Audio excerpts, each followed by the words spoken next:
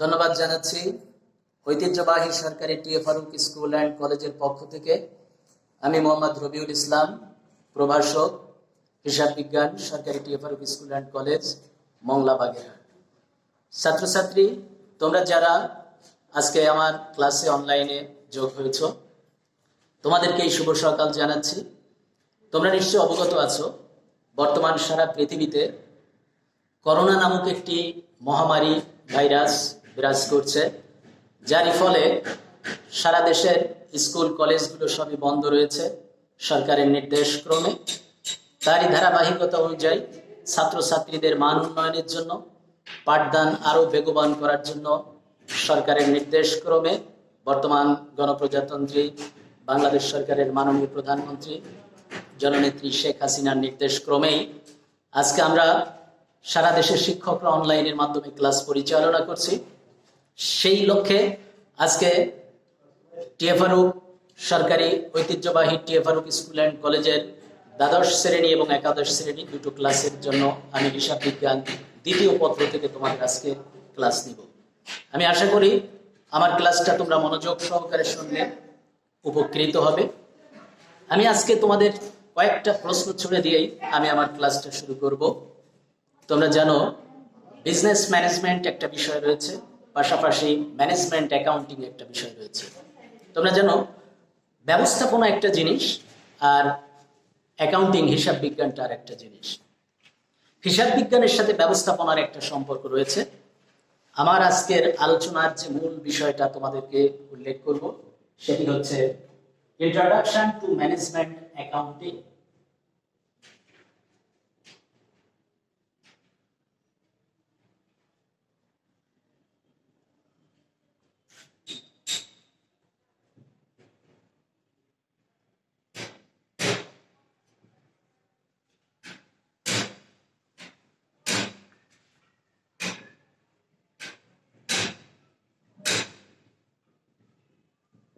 Introduction to management accounting, ব্যবস্থাপনা হিসাব বিজ্ঞান পরিচিতির উপর আজকে তোমাদেরকে আলোচনা করব। তোমরা জানো বর্তমান বহুল ব্যবহৃত প্রচলিত ক্ষেত্রে আমাদের পণ্যদ্রব্য উৎপাদনের ক্ষেত্রে ব্যবসা বাণিজ্যের কত টাকা ব্যয় হচ্ছে এবং সেই পণ্য বাজারে বিক্রি করে কোম্পানি কত টাকা মুনাফা অর্জন করছে, তারই একটা হিসাব এই ইন্ট্রোডাকশন টু ম্যানেজমেন্ট অ্যাকাউন্টিং আলোচনার মূল বিষয়বস্তু। আমি আমার আলোচনার শুরুতেই তোমাদেরকে একটা ছোট্ট সৃজনশীল প্রশ্ন, একটা উদ্দীপক ছুড়ে দিয়েই আমি আমার আলোচনার দিকে চলে আসবো। ধরো আমি একটা সৃজনশীল প্রশ্ন তোমাদেরকে ছুড়ে দিলাম। আমি এখানে লিখলাম কাঁচামাল ক্রয় 100 টাকা,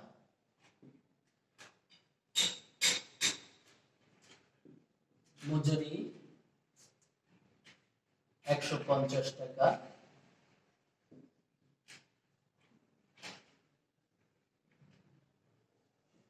কারখানা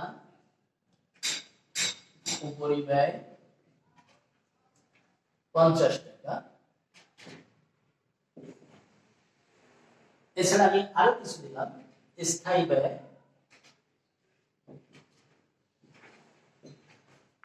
40,000 টাকা,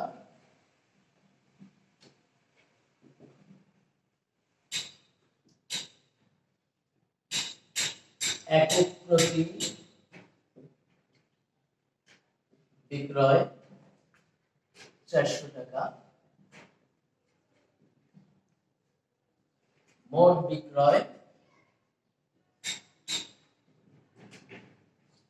500 একক।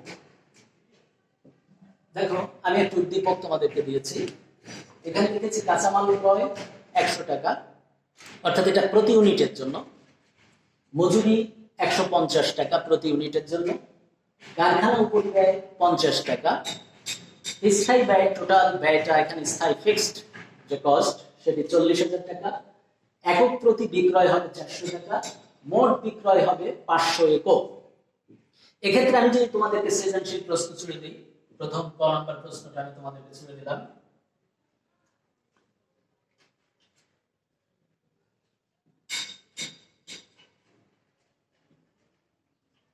পরিবর্তনশীল ব্যয় ও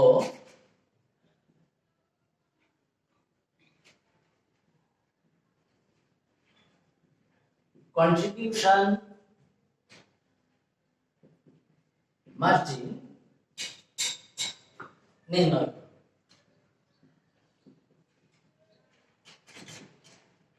আমি প্রথম প্রশ্নটা করলাম, পরিবর্তনশীল ব্যয় ও কন্ট্রিবিউশন মার্জিন নির্ণয় করো। ক নম্বর প্রশ্নটা। খ নম্বর প্রশ্ন তোমাদেরকে ছেড়ে দিলাম।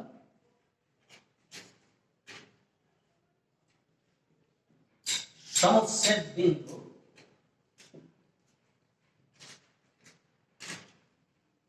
বিক্রয়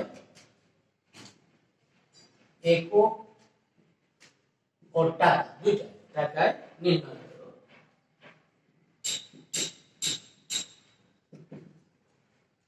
তৃতীয় যে প্রশ্নটা আমি ছেড়ে দিলাম,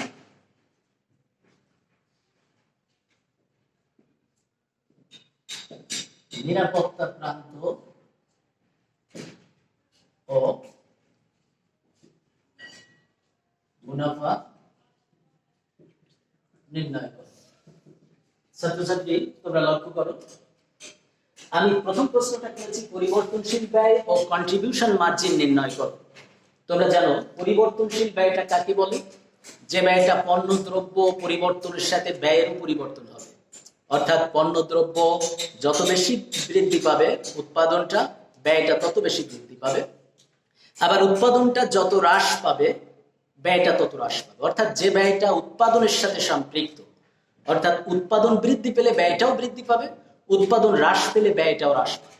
তাহলে তোমরা এখানে ফলো করো তো, আমি একটা দ্রব্য তৈরি করব, এর একক প্রতি কাঁচামাল ব্যয় 100 টাকা। আমি ধরি, তোমরা ধরে নাও কাঁচামাল বলতে ধরি একটা চেয়ার, একটা ফার্নিচার।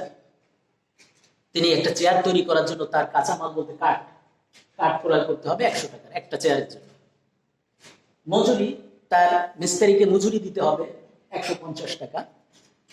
কারখানা উপরিব্যয় বলতে বোঝায় ওই চেয়ারটা তৈরি করতে লোহা লাগতে পারে, শিরিষ কাগজ লাগতে পারে, অথবা বিভিন্ন রকম বার্নিশ করতে হতে পারে, এজন্য তার কারখানা উপরিব্যয় হবে 50 টাকা। এই ব্যয়গুলো চেয়ার যত বেশি তৈরি হবে এই ব্যয়টা তত বেশি বৃদ্ধি পাবে, আর চেয়ার যত কম তৈরি হবে এই ব্যয়টা তত কম তৈরি হবে, অর্থাৎ কম ব্যয়টা হবে। এটাকে বলে পরিবর্তনশীল ব্যয়। তোমরা দেখো স্থায়ী ব্যয় বলতে বোঝাও ওইটাকে যে ব্যয়টা পণ্যদ্রব্য বৃদ্ধি বা কমের সাথে সম্পর্ক হবে।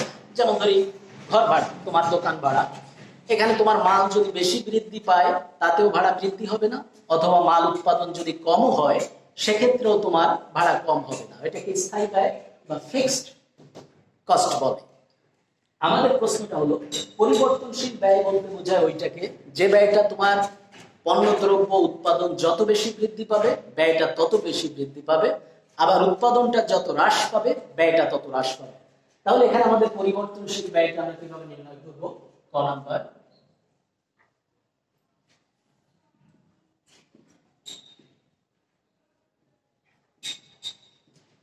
পরিবর্তনশীল ব্যয় সমান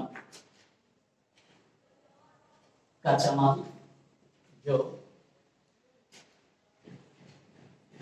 মজুরি যোগ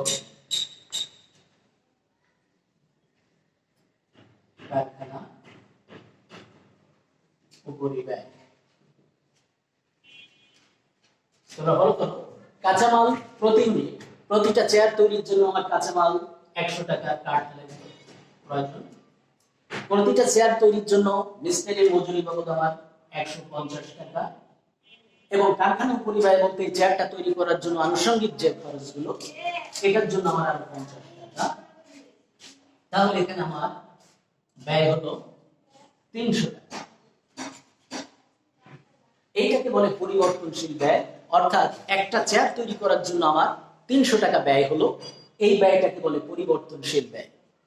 ছাত্রছাত্রী এবার তোমাদেরকে প্রশ্ন করি, তাহলে কন্ট্রিবিউশন মার্জিনটা কাকে বলে? What means of contribution margin? Contribution মার্জিনটা হচ্ছে, এটার বাংলাটা হলো দত্তাংশ। কন্ট্রিবিউশন মার্জিন বলতে বোঝায় তোমার পরিবর্তনশীল ব্যয়, একটা চেয়ার তৈরি করতে খরচ হয়েছে 300 টাকা, কিন্তু তুমি একটা চেয়ার বিক্রি করবে একক প্রতি বিক্রয় 400 টাকা। একটি চেয়ারের বিক্রয় মূল্য 400 টাকা, একটি চেয়ার উৎপাদনের খরচ 300 টাকা। তাহলে এই 400 টাকা থেকে যদি তুমি 300 টাকা বাদ দাও, যে ব্যয়টা থাকে এটাকে কন্ট্রিবিউশন মার্জিন বা দত্তাংশ। একটা জিনিস ফলো করো, এটা কিন্তু প্রকৃত মুনাফা না। তুমি যদি এখন মনে করো যে একটা ফার্নিচার, একটা চেয়ার তৈরি করেছে, 300 টাকা খরচ করেছে, 400 টাকা বিক্রি করেছে, তাহলে মনে হয় তার 100 টাকা লাভ হয়েছে। না, তার লাভ হয়নি 100 টাকা। কেন? মাস শেষে তাকে একটা ঘর ভাড়া দিতে হবে, কিন্তু তাকে কর্মচারী ম্যানেজারের বেতন দিতে হবে, যার ফলে ওই 100 টাকা ওইটা কিন্তু প্রকৃত তার মুনাফা না। এজন্য ছাত্রছাত্রী যেন ভুল না করে বসো যে কন্ট্রিবিউশন মার্জিন বলতে মনে হয় মুনাফাটাকে বোঝাচ্ছে। না, এটা প্রাথমিকভাবে তার কতটা লাভ হচ্ছে এটা নির্ণয় করাটা হলো কন্ট্রিবিউশন মার্জিন বা দত্তাংশ। এর বাংলায় বলে দত্তাংশ, ইংরেজিতে বলে কন্ট্রিবিউশন মার্জিন। আমি এখানে বাংলায় লিখলাম দত্তাংশ।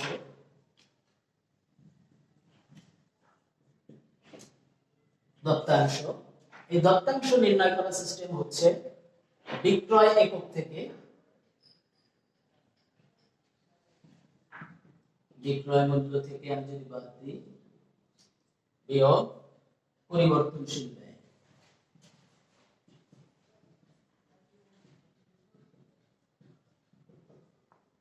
ফলো করো, আমি প্রতি একক প্রতি বিক্রয় করেছি 400 টাকা, অর্থাৎ এক একটা চেয়ার বিক্রি করেছি 400 টাকা। এক একটা চেয়ারে আমার খরচ হয়েছে 300 টাকা। তাহলে আমার দত্তাংশ বা কন্ট্রিবিউশন মার্জিনটা দাঁড়াচ্ছে 400 বিয়োগ 300।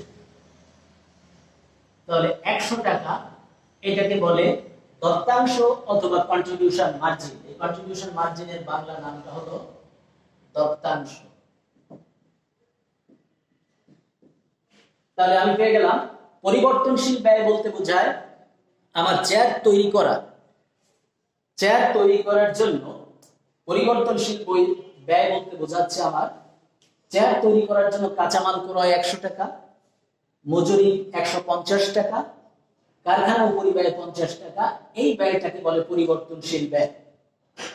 এবার কন্ট্রিবিউশন মার্জিন বলতে বোঝায় আমার এক একটা চেয়ারের বিক্রয় মূল্য যদি 400 টাকা হয়, সেখান থেকে আমি পরিবর্তনশীল ব্যয় 300 টাকা বাদ দিলে যে 100 টাকা থাকে, এইটাকে বলে দত্তাংশ বা কন্ট্রিবিউশন মার্জিন।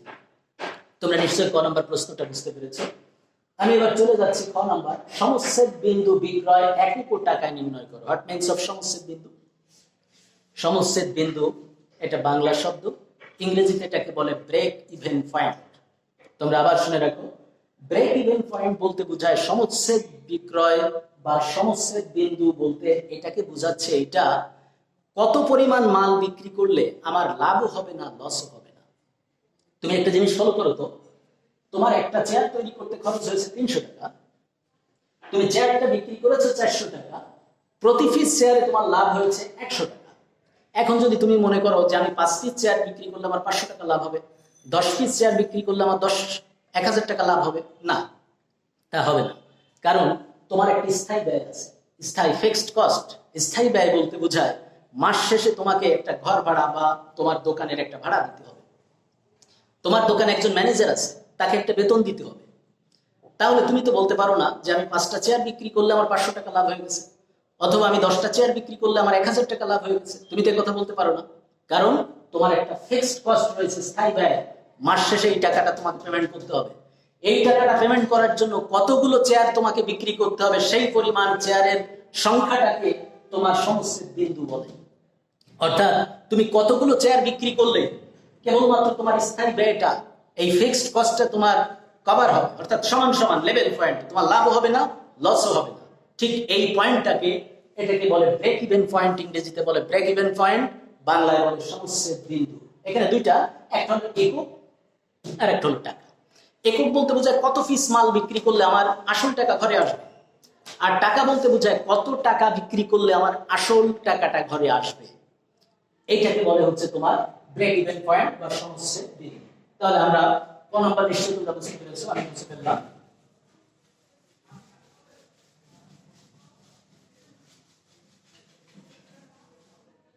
এবার আমার খ নাম্বার প্রশ্ন, সমচ্ছেদ বিন্দু বিক্রয়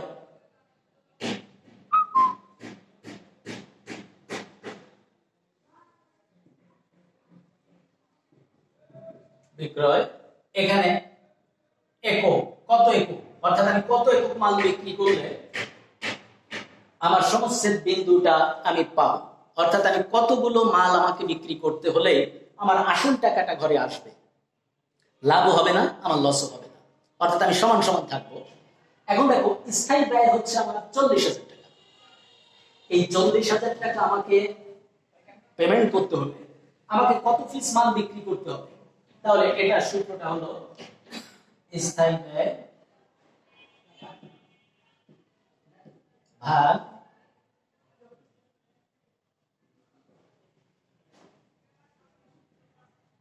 কন্ট্রিবিউশন মার্জিন। ফলো করো, আমার স্থায়ী ব্যয় থেকে যদি আমি কন্ট্রিবিউশন মার্জিনটাকে ভাগ দেই, তাহলে আমার সমচ্ছেদ বিন্দু বিক্রয় এককটা বের হবে। কিভাবে? তোমরা একটা ফলো করো। আমার 40,000 টাকা মাস শেষে বিল পেমেন্ট করতে হবে। একটা চেয়ার বিক্রি করলে 100 টাকা লাভ হচ্ছে, তাহলে কত পিস চেয়ার আমাকে বিক্রি করতে হবে? তাহলে সহজ জিনিস, আমার স্থায়ী ব্যয় 40,000 ভাগ কন্ট্রিবিউশন মার্জিন, অর্থাৎ প্রতিটা চেয়ারে আমার লাভ হয়েছে 100 টাকা। আমি যদি এই দুটোকে ভাগ করি, তাহলে 400 পিস বা 400 একক, অর্থাৎ 400 পিস চেয়ার বিক্রি করলে আমার সমান সমান হবে, লাভ হবে না, লস হবে না। এটাকে বলে সমচ্ছেদ বিন্দু বিক্রয় একক, অর্থাৎ 400 একক। প্রশ্ন আমি কিন্তু দুটো করেছি, সমচ্ছেদ বিন্দু বিক্রয় একক ও টাকা। টাকা বলতে বোঝাচ্ছে কত টাকার মাল বিক্রি করলে আমার আসলটা ঘরে আসবে, অর্থাৎ লাভ লস হবে না, সমান সমান থাকবে। এক্ষেত্রে আমার দ্বিতীয় যে সূত্রটা, এখানে আমি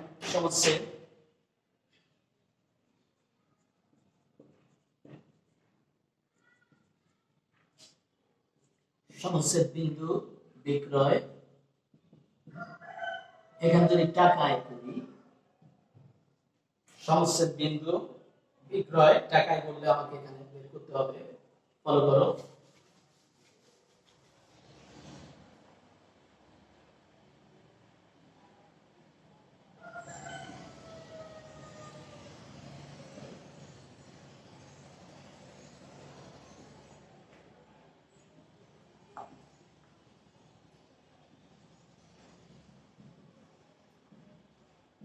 এক্ষেত্রে আমার সমচ্ছেদ বিন্দু একক গুণ বিক্রয় মূল্য, এটা দিলে আমার মোট কত টাকার পণ্য বিক্রি করতে হবে সেটা বেরিয়ে যাবে।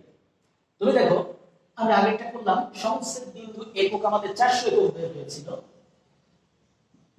আর এক একটা পণ্য বিক্রি করেছি আমি 400 টাকা, অর্থাৎ এক একটা চেয়ার আমি বিক্রি করেছি 400 টাকা করে। তাহলে 400 গুণ 400 তুমি দাও,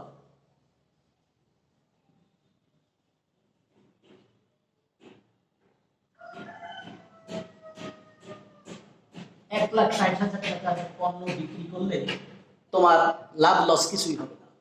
তাহলে সমচ্ছেদ বিন্দু বিক্রয় টাকায় যদি নির্ণয় করতে চাও, তাহলে সমচ্ছেদ বিন্দু একক গুণ বিক্রয় মূল্য, এটা দিলে তোমার সমচ্ছেদ বিন্দু বিক্রয়ের টাকা তুমি প্রকাশ করতে পারবে। ছাত্রছাত্রী, তোমরা একটু ভালোভাবে বোঝার চেষ্টা করো। অত্যন্ত সুন্দর একটা অঙ্ক এবং অধ্যায়, যেটা খুব মজাদায়ক। তুমি যদি মূল বিষয়টা বুঝতে পারো, নিজেকে তুমি ব্যবসায়ী মনে করো, তুমি মনে করো একটা ফার্নিচারের মালিক অথবা কোনো কোম্পানির মালিক, নিজেকে তুমি মূল্যায়ন করো যে তুমি একটা কোম্পানির মালিক। এখন তোমার কোম্পানির মাল তৈরি করার জন্য প্রতি পিস মাল তৈরি করতে কাঁচা মাল 100 টাকা লাগে, ধরো সেটা চেয়ার হোক বা যে কোনো জিনিস হোক। এইটা মজুরি লাগে 150 টাকা, কারখানার খরচ হয় তোমার 50 টাকা, তোমার স্থায়ী ব্যয় 40,000 টাকা, একক প্রতি বিক্রয়, প্রতি একক তুমি বিক্রি করো 400 টাকা, মোট বিক্রয় করো তুমি 500 একক, মানে 500 পিস মাল এক মাসে তুমি বিক্রি করো। এক্ষেত্রে তোমাকে প্রশ্ন করা হয়েছে, প্রথম পরিবর্তনশীল ব্যয় বলতে বোঝাচ্ছে এক এক পিস মাল তৈরি করার জন্য কত খরচ হয়। এখানে তুমি এটাকে যোগ করে পেয়েছো, কাঁচামাল ক্রয়, মজুরি, উপরি ব্যয়, এটাকে দিয়ে তুমি পেয়েছো। পক্ষান্তরে আবার খ নম্বর যখন আমরা প্রশ্ন করলাম সমচ্ছেদ বিন্দু বিক্রয়, এখানে তুমি স্থায়ী ব্যয় ভাগ কন্ট্রিবিউশন মার্জিন দিয়ে তুমি এটাকে নির্ণয় করে ফেলেছো। দ্বিতীয় হলো সমচ্ছেদ বিন্দু বিক্রয় টাকায়, সমচ্ছেদ বিন্দু একক গুণ বিক্রয়। এটা ক্লিয়ার হয়ে গেল তোমার জন্য। আমরা লাস্ট গ নম্বর প্রশ্ন চলে যাই।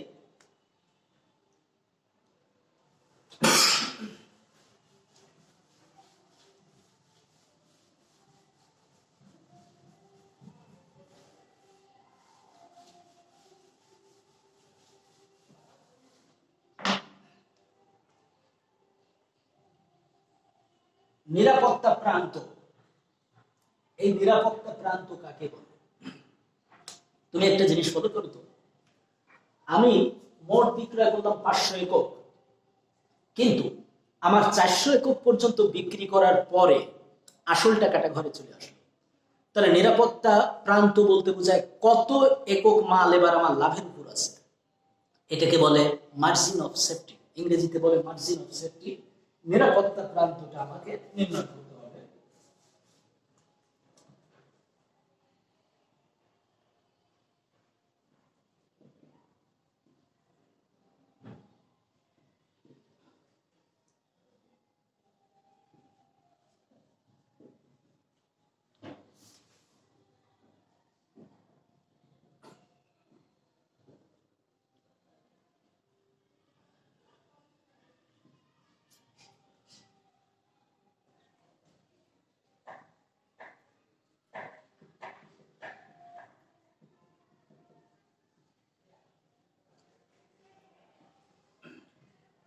তোমরা একটা জিনিস ফলো করো, নিরাপত্তা প্রান্ত অর্থাৎ মার্জিন অফ সেফটি, কত পিস মাল আমার লাভের উপর আছে, অর্থাৎ কত পিস মাল আমি এখন লাভের উপর থাকবে।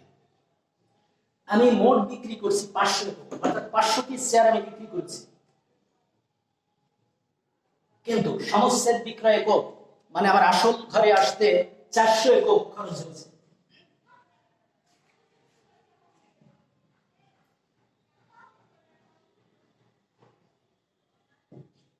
তাহলে আমার নিরাপত্তা প্রান্ত 100 একক, 100 পিস মাল বিক্রি করলে এখন আমার লাভ হবে। এবার প্রশ্নটা হলো মুনাফা নির্ণয় করো, তাহলে এখন মুনাফা কত আসবে?